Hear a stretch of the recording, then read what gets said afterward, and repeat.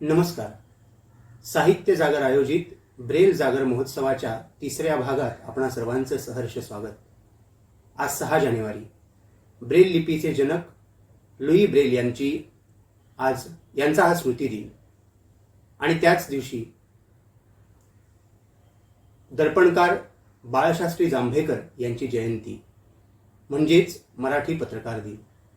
ही दोन्ही औचित्ये साधून आम्ही हा ब्रेल काव्यवाचनाचा कार्यक्रम करत आहोत आणि या कार्यक्रमात मराठी पत्रकारितेत नावलौकिक मिळवलेल्या मान्यवर पत्रकारांच्या काही कविता आपणासमोर ब्रेलमधून वाचणार आहोत. ह्या ब्रेल काव्य वाचनाची सुरुवात आपण करणार आहोत अत्यंत सुरेल अशा आवाजाच्या आणि मराठी माध्यमातील वृत्त निवेदिका म्हणून सुप्रसिद्ध असलेल्या पर्यावरणीय पत्रकार, डॉक्युमेंटरी मेकर आणि कवयित्री आरती कुलकर्णी यांच्या कवितेने. महाराष्ट्र टाइम्स, IBN लोकमत आणि BBC न्यूज अशा मातब्बर नामांकित वृत्तसंस्थांमधून काम केलेल्या आरतीताई पत्रकारितेतील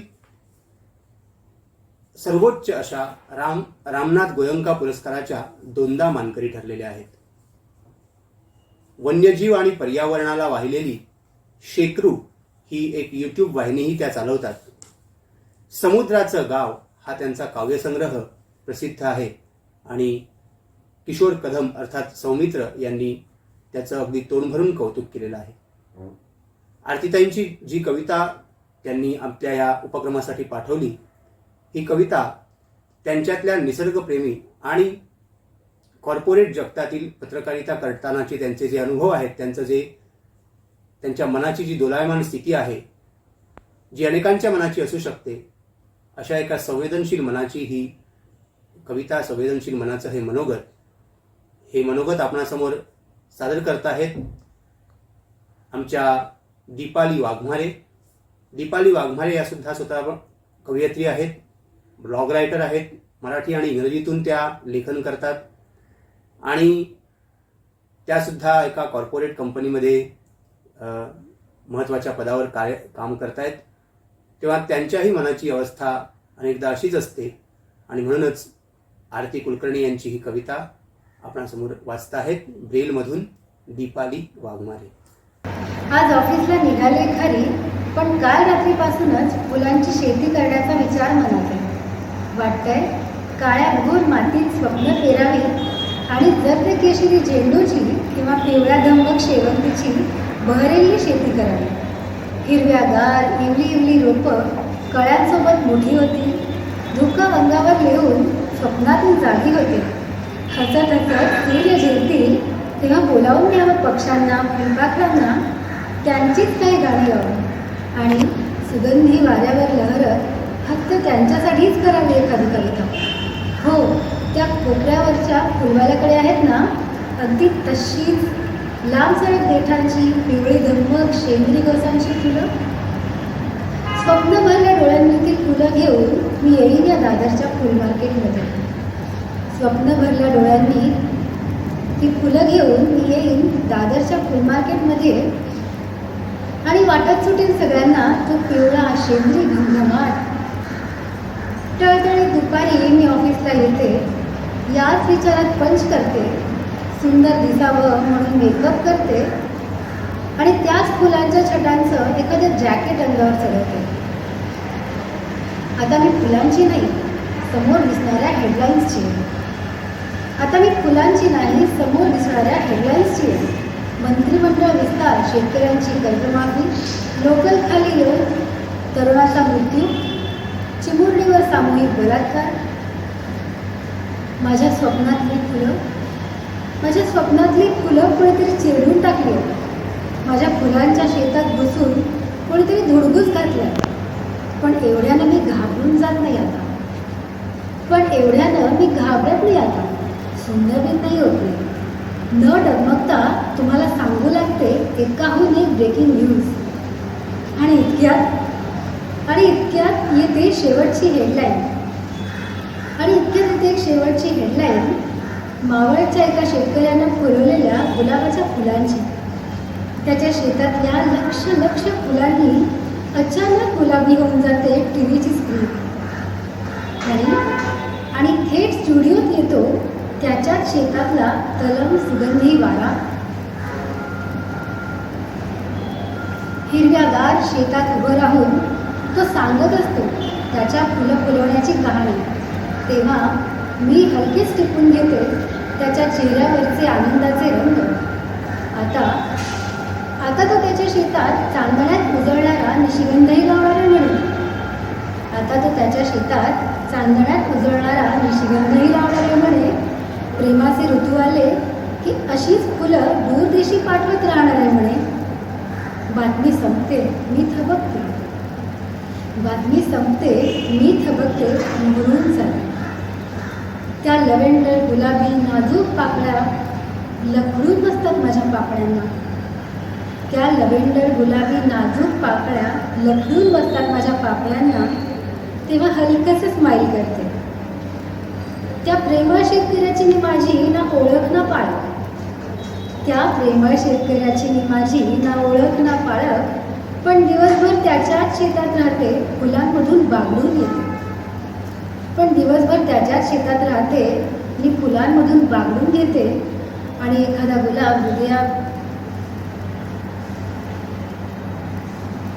त्या प्रेमळ शेतकऱ्याची मी माझी ना ओळख ना पाळख. त्या प्रेमळ शेतकऱ्याची मी माझी ना ओळख ना पाळख. पण दिवसभर त्याच्याच शेतात राहते फुलांमधून बागडून घेते. आणि एखादा गुलाब हृदयाशी धरून पुन्हा एकदा फुलांच्या शेतीची स्वप्न पाहते. पुन्हा एकदा फुलांच्या शेतीची स्वप्न पाहते.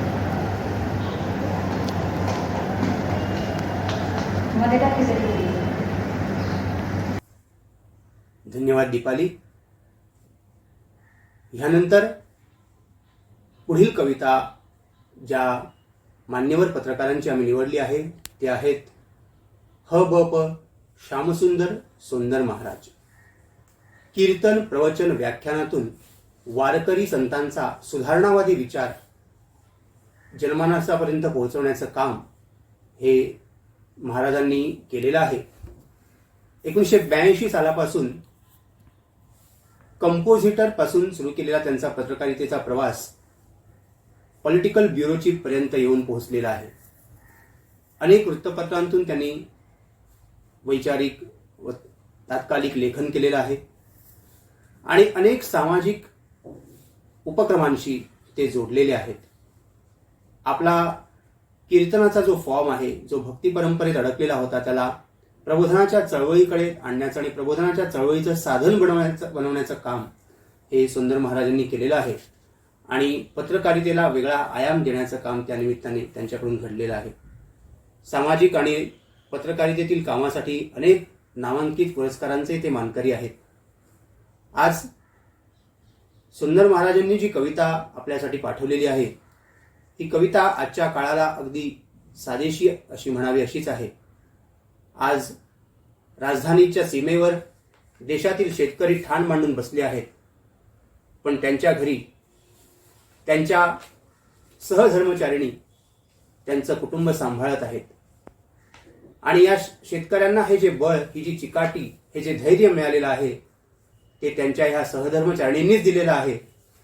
हीच भूमिका मांडणारी सुंदर महाराजांची ही कविता आपणासमोर सादर करत आहेत पुष्पा ठेले पंडागळे. पुष्पाताई ह्या वसरणी नांदेड येथल्या विशेष अंधशाळेत 25 वर्ष शिक्षिका म्हणून कार्यरत होत्या आणि सध्या त्या मुंबईत कॅनरा बँकेत कार्यरत आहेत. वाचन लेखनाची आवड असलेल्या आणि सादरीकरणासाठी नेहमी उत्सुक असलेल्या अशा पुष्पाताई श्यामसुंदर सुंदर महाराजांची ही कविता आपणासमोर ब्रेलमधून सादर करतील. कवितेचं नाव धनी नका धीर सोडू. कवी ह.ब.प. श्यामसुंदर सोनर. नका धीर सोडू जरी चहू बाजूला अंधार. नका धीर सोडू जरी चहू बाजूला अंधार, धनी पुन्हा सांधू गडे जरी फाटला संसार. दसऱ्याला नको सोनं नको दिवाळीला लुगड, दसऱ्याला नको सोनं नको दिवाळीला लुगड, नका धनी खेद करू पोर पाहून या उघड. नका धनी खेद करू पोर पाहून या उघड, पाणी पिऊन या शांत करू भुकेचा अंगार. पाणी पिऊन या शांत करू भुकेचा अंगार, धनी पुन्हा सांधू गडे जरी फाटला संसार. होता भरलेला गोठा आज पडला या ओस, होता भरलेला गोठा आज पडला या ओस, कशी साजरी करावी गाई गोऱ्ह्याची बारस.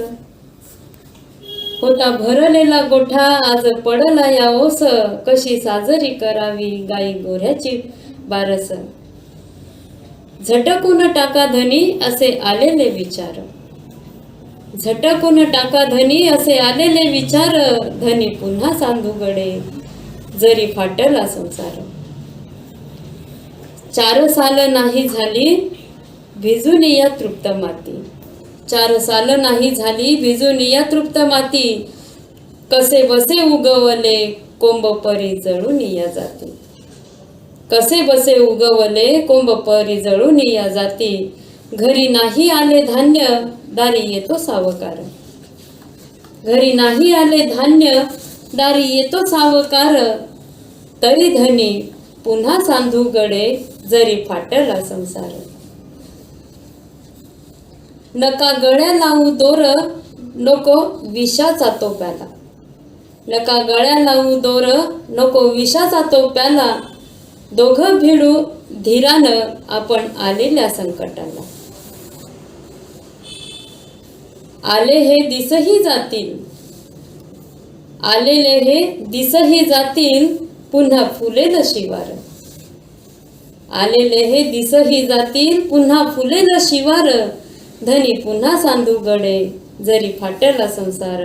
धनी पुन्हा सांधू गडे जरी फाटला संसार. धन्यवाद. धन्यवाद पुष्पाताई. ह्यानंतरची कविता आहे आमचे जुने संमित्र वैभव चाळके यांची. नवाकाळमध्ये उपसंपादक असलेले वैभव चाळके हे पत्रकार होण्याआधीपासून कवी आहेत, किंबहुना ते हाडाचे कवी आहेत. कथाही लिहितात आणि अत्यंत उत्तम असं ललित लेखनही करतात. त्यांची ही कविता म्हणजे खरं तर आजच्या या आमच्या उपक्रमाला मिळालेली एक उत्तम अशी भेट म्हणायला हवी. म्हणजे विस्मृतीत गेलेला काळ किंवा हरवलेला काळ पुन्हा मिळावा तशी ही भेट ह्या कवितेच्या माध्यमातून त्यांनी आम्हाला दिलेली आहे. आणि ही कविता आपणासमोर सादर करत आहेत, ब्रेलमधून वाचणार आहेत अनुजा संखे घोडके. ह्या सुद्धा स्वतः उत्तम लेखिका आहेत. फिक्शन नॉन फिक्शन कथा आणि सदर लेखन दोन्हीही उत्तम करतात. नुकतंच महाराष्ट्र टाइम्समध्ये त्यांचं नवं सदर सुरू झालेलं आहे. याआधी नवी उमेदच्या फेसबुक पानावर त्यांनी एक सदर लिहिलेला आहे आणि त्यांच्या अनेक कथाही त्यांनी फेसबुक पानावरून त्यांच्या प्रसिद्ध केलेल्या आहेत. कविता लिहिण्याचाही त्यांचा प्रयत्न असतो तेव्हा. आणि अनुजा संखे ही कॅनरा बँकेमध्ये सहव्यवस्थापक आहेत. तेव्हा ऐकूया अनुजा संखे यांच्या ब्रेल वाचनातून वैभव चाळके यांची कविता. भेट. किती किती वर्षांनंतर पुन्हा झाली भेट, किती किती वर्षांनंतर पुन्हा झाली भेट, काळजाशीच काळीज बोलत राहिलं थेट. तेच सूर पुन्हा एकदा तीच मैफिल रंगली, तेच सूर पुन्हा एकदा तीच मैफिल रंगली, ते दिवस परतून आले तीच गंमत सगळी. एका नव्या वळणावरती भेटले जुने नाते, एका नव्या वळणावरती भेटले जुने नाते, भेटले म्हणजे तसे ते काळजापाशीच होते. अगदी तेव्हा घ्यायचो तसे हात घेतले हाती, अगदी तेव्हा घ्यायचो तसे हात घेतले हाती, अगदी तेव्हा सारखी तीच दरवळली माती. असा दिवस येतो कधी जुळतात साथी सूर, असा दिवस येतो कधी जुळतात साथी सूर, जडापासून जीवाला जो घेऊन जातो दूर, जडापासून जीवाला जो घेऊन जातो दूर. धन्यवाद. धन्यवाद अनुजा. ह्यानंतरची कविता आहे मान्यवर पत्रकार अजय कांडर सरांची. अजय कांडर सर यांचे आवायनोल, हत्ती इलोरे आणि युगानुयुगे तूच हे 3 काव्यसंग्रह प्रसिद्ध आहेत. तरुण भारत बेळगाव ह्या वृत्तपत्रात त्यांची पत्रकारिता झालेली आहे. त्यांच्या आवायनोला या संग्रहाला महाराष्ट्र फाउंडेशनचा अत्यंत प्रतिष्ठेचा असा पुरस्कार ज्या वर्षी हा संग्रह प्रकाशित झाला त्याच वर्षी प्राप्त झालेला आहे. आणि त्यांच्या विविध कविता ह्या हिंदी, मल्याळम, उर्दू या भारतीय भाषांसहित इंग्रजीतूनही अनुवादित झालेल्या आहेत, भाषांतरित झालेल्या आहेत. महाराष्ट्रातल्या 7 विद्यापीठातून त्यांच्या कविता अभ्यासक्रमात लागलेल्या आहेत. शालेय अभ्यासक्रमातही त्यांचा समावेश झालेला आहे. असे अत्यंत नामांकित कवी अजय कांडर सर यांची कविता आजच्या लोकशाहीवर अगदी मार्मिक असं भाष्य करणारी त्यांची ही कविता तितक्याच मार्मिकपणे आपणासमोर ठेवत आहेत, ब्रेलमधून सादर करत आहेत भरत घोडके. भरत घोडके हे सुद्धा युनियन बँकेमध्ये व्यवस्थापक आहेत. ब्रेल मुद्रित शोधन, म्हणजे मुद्रित शोधन हा पत्रकारितेतला खूप महत्त्वाचा भाग आहे. ब्रेल लिपीचंही मुद्रित शोधन करावं लागतं आणि ते मुद्रित शोधन करण्याचा मोठा अनुभव नॅब ब्रेल प्रेसच्या माध्यमातून भरत घोडके यांच्या गाठीशी आहे आणि साहित्याचे जाणकार आहेत. स्वतः गझलाही लिहितात. तेव्हा ऐकूया भरत घोडके यांच्याकडून अजय कांडर यांची ही कविता. कवितेचं शीर्षक त्यांच्या आयुष्याचा कोरा कागद. जन्मजात दुःखांचा पाढा वाचणाऱ्या माणसांना कुठली वही आणि कुठली पेन्सिल. जन्मजात दुःखांचा पाढा वाचणाऱ्या माणसांना कुठली वही आणि कुठली पेन्सिल.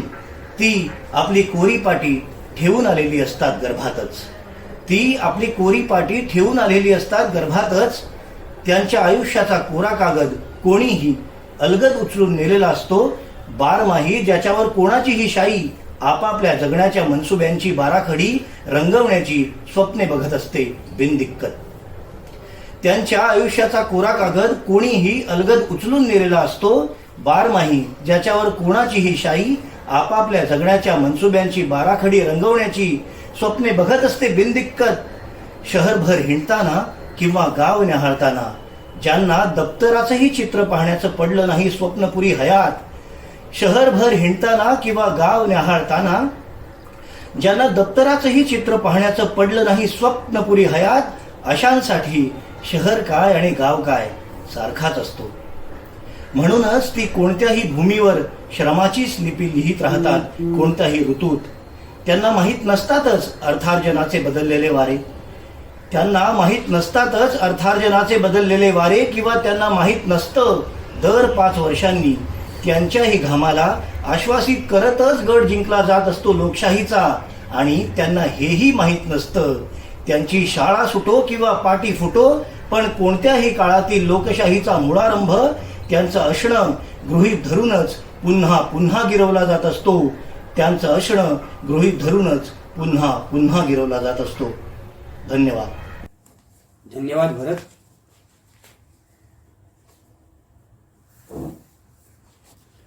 ह्यानंतर आपण ऐकणार आहोत पत्रकार संतोष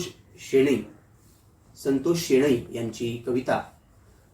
मालवणी लोकसंस्कृतीचे अभ्यासक, समीक्षक, वृत्तपत्रीय भाषेचे अभ्यासक.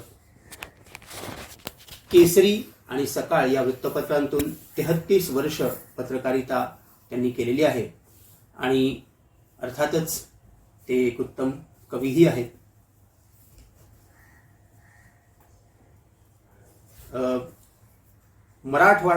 मित्रमंडळ वाणिज्य महाविद्यालय ह्या पुण्यातील महाविद्यालयात पत्रकारिता विभागाचे प्रमुख म्हणून ते कार्यरत आहेत. संतोष शेणई सरांची ही अत्यंत छोटीशी पण खूप अर्थवाही अशी कविता संध्याकाळच्या यावेळी आपणा सगळ्यांच्याच मनात कातरवेळची जी एक तरल भावना असते, एक स्नेहमयी प्रेमभावना असते, ती अभिव्यक्त करणारी कविता. आणि ही कविता आपणासाठी सादर करत आहेत अमरावतीवरून आमची एक छोटी मैत्रीण, युवा मैत्रीण व्हॅलेंटिना कांडलकर. ही अमरावतीच्या शिवाजी महाविद्यालयामध्ये द्वितीय वर्ष कला शाखेत शिक्षण घेते आहे. तेव्हा ऐकूया व्हॅलेंटिनाकडून ही एक तरल प्रेम कविता, भावकविता संतोष शेणई सरांची. उजडुनी कोण गेले दिवे सांज काठी, जुळवुनी दुवे कुणी मारिल्या या गाठी. सांज काठी उमलती नक्षत्रांची फुले, शपथांच्या मोहापायी दुनियाही झुले. नक्षत्रांची फुले त्यांनी गंधावली नाती, अंतरात दिवे दुवे खुळ्या जीवांपोटी. अंतरात दिवे दुवे खुळ्या जीवांपोटी. धन्यवाद व्हॅलेंटिना. आणि आता यानंतर आपण जी कविता ऐकणार आहोत आणि ज्या कवींची कविता ऐकणार आहोत, हे महाराष्ट्रातले नामांकित पत्रकार, सध्या महाराष्ट्र टाइम्स या सर्वमान्य वृत्तपत्राचे वरिष्ठ सहाय्यक संपादक म्हणून कार्यरत आहेत. 32 वर्ष पत्रकारितेत आहेत. सत्यशोधकी विचारधारा अंगी बाणवून ती पत्रकारितेत उतरवण्याचं महत् कार्य जे करतायत आणि महाराष्ट्राच्या राजकीय सामाजिक भोवतालाचं अत्यंत मार्मिक असं विश्लेषण विविध वृत्तवाहिन्यांतून ज्यांचं आपण नेहमीच ऐकत असतो असे विजय चोरमारे सर यांनी अत्यंत वेगळी अशी कविता आजच्या राजकीय आणि सामाजिक सगळ्या भोवतालाला अनुलक्षून लिहिलेली आपणाला पाठवलेली आहे. पापण्यांच्या प्रदेशात शहर मातीच्या शोधात आणि आत बाहेर सर्वत्र हे विजय सरांचे काव्यसंग्रह प्रकाशित आहेत. प्रियदर्शन यांच्या नष्ट कुछ भी होता नहीं होता या काव्यसंग्रहाचा त्यांनी मराठीत अनुवाद केलेला आहे. आणि आपण सर्वच त्यांना विविध काव्य संमेलनातून ऐकत असतो. विजय सरांची झालेली पहिली ओळख ही त्यांच्या कवितांतूनच झालेली आहे पत्रकारितेआधी. त्यामुळे अत्यंत परखड आणि सुस्पष्ट असं काव्यलेखन करणारे असे कवी म्हणून ते सुपरिचित आहेत. त्याला पत्रकारितेची जोड मिळाल्यामुळे तितकीच धार प्राप्त झालेली आहे आणि तीच धार आताच्या त्यांच्या ह्या कवितेत आपल्याला अनुभवायला मिळेल. ही त्यांची कविता आपणासमोर वाचताहेत आमच्या मैत्रीण चेतना मोरे. ह्या सुद्धा कॅनरा बँकेमध्ये व्यवस्थापक आहेत आणि राजकीय सामाजिक भान, पुरोगामी विचारांची त्यांची बैठक आता पक्की होत आलेली आहे आणि अत्यंत नेमकं आणि महत्त्वाचं वाचत ते सर्वांपर्यंत पोहोचवण्याचा प्रयत्न त्यांचा असतो. तेव्हा चेतना मोरे ह्या आता विजय चोरमारे यांची ही कविता आपणासमोर वाचतील ब्रेलमधून. राम आणि सैतान. रामाचे नाव घेत घनघोर अंधारात सैतानाला पळवून लावता येते. रामाचे नाव घेत घनघोर अंधारात सैतानाला पळवून लावता येते. या बालपणीच्या संस्कारांनी खूप लांबपर्यंत सोबत केली हे खरं. रामाचे नाव घेत घनघोर अंधारात सैतानाला पळवून लावता येते. या बालपणीच्या संस्कारांनी खूप लांबपर्यंत सोबत केली हे खरं. पण पुढे प्रश्न असा येतो की सैतानच रामनामाचा जप करू लागला तर रामाची काय भूमिका असेल. पण पुढे प्रश्न असा येतो की सैतानच रामनामाचा जप करू लागला तर रामाची काय भूमिका असेल. धोब्याच्या संशयावरून सीतेला वनवासात धाडण्या एवढे सोपे नाही या प्रश्नाचे उत्तर. धोब्याच्या संशयावरून सीतेला वनवासात धाडण्या एवढे सोपे नाही या प्रश्नाचे उत्तर रामासाठीही. कदाचित सैतानच सोडवणूक करेल रामाची या पेचातून. कदाचित सैतानच सोडवणूक करेल रामाची या पेचातून. सैतान प्रबळ होण्याच्या काळात रामाची अगतिकता समजून घेण्यातच आपले माणूसपण सामावले आहे. सैतान प्रबळ होण्याच्या काळात रामाची अगतिकता समजून घेण्यातच आपले माणूसपण सामावले आहे.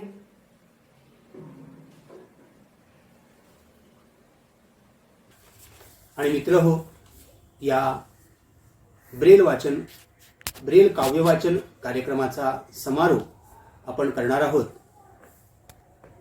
दुर्गेश सोनार यांच्या कवितेने. आता उजाडायला हवं ह्या अत्यंत सकारात्मक अशा नोटवर, सकारात्मक अशा भूमिकेवर ह्या कार्यक्रमाचा शेवट व्हावा म्हणून दुर्गेश सरांची ही कविता आम्ही शेवटी ठेवली. अक्षरांती अनेकदा असं होतं. हे त्यांचे काव्यसंग्रह प्रकाशित आहेत. नुकताच त्यांचा मोरपीस आणि पिंपळपान हा हायकू संग्रहही प्रकाशित झालेला आहे. गदिमा साहित्य पुरस्कार असेल, पद्मश्री नारायण सुर्वे पुरस्कार असेल, अशा अनेक पुरस्कारांचे ते मानकरी आहेत. आधीचं ई मराठी असेल, नंतर साम मराठी असेल किंवा झी 24 तास असेल, अशा विविध वृत्तवाहिन्यांवरून कधी अँकर तर कधी काव्य सादरीकरणाच्या माध्यमातून आपण दुर्गेश सोनार यांना नेहमीच ऐकत आलेलो आहोत. सध्या ते नुकतेच लोकमतचे सहाय्यक संपादक म्हणून त्यांनी कार्यभार स्वीकारलेला आहे. आणि अत्यंत संवेदनशील असे कवी. सर्व ज्या महाराष्ट्रातल्या सामाजिक चळवळी आहेत त्या चळवळींशी आपलं नातं त्यांनी प्रस्थापित केलेलं आहे. आणि अत्यंत संवेदनशील असे हे कवी अशा दुर्गेश सोनार सरांची ही कविता आपणासमोर सादर करत आहेत आमचे ज्येष्ठ मित्र प्रकाश पंडागळे. प्रकाश पंडागळे हे सुद्धा दृष्टिहीन क्षेत्रातल्या सगळ्या सामाजिक चळवळीतले ज्येष्ठ कार्यकर्ते आहेत, नेते आहेत आणि स्वतः कवी आहेत, लेखक आहेत. संवेदनशील आणि ज्याला आपण प्रत्येक प्रश्नावर काही एक सकारात्मक उत्तर शोधण्याची वृत्ती असलेले असे विचारी गृहस्थ आहेत. तेव्हा प्रकाश पंडागळे यांच्या ब्रेल वाचनातून आणि दुर्गेश सोनार यांच्या ह्या कवितेतून आपण आजच्या या आपल्या ब्रेल वाचनाच्या काव्य मैफिलीचा समारोप करूया. ह्या काव्य मैफिलीसाठी ज्या ज्या मान्यवर पत्रकारांनी आपल्या कविता आम्हाला दिल्या त्या सर्वांना मी मनापासून धन्यवाद देतो. आणि ज्या सगळ्या आमच्या संमित्रांनी ह्या कविता ब्रेलमध्ये लिप्यांतरित करून त्या आपणासमोर सादर केल्या त्यांनाही धन्यवाद देतो. आणि आपण सर्वांनी हा आमचा कार्यक्रम शेवटपर्यंत ऐकलात यासाठी आपणा सर्वांनाही धन्यवाद देतो. खूप खूप धन्यवाद. पुन्हा नव्या उपक्रमासह परत भेटू. तोपर्यंत ऐकत बघत रहा समग्र साहित्याचे आगर, साहित्य सागर. आता उजाडायला हवं. कवी दुर्गेश सोनार. नुसतीच कूस बदलत राहते रात्र, चंद्रही असतो टक्क जागा माझ्यासोबत. हे कोणते विचार अधिकच गडद करत जात आहेत काळोखाला. नाही म्हणायला मिणमिण त्या चांदण्यांचा प्रकाश तेवढी करतो सोबत कुट्ट अंधारात. नवनव्या स्वप्नांना कधी काळी गोंधळणारी ही रात्र आताशा का अंगावर येते. एकीकडे गच्च विचारांचं काहूर आणि दुसरीकडे हा सर्वांग वेढणारा काळोख. बस हे बदलायला हवं. पुन्हा लख उजाडायला हवं.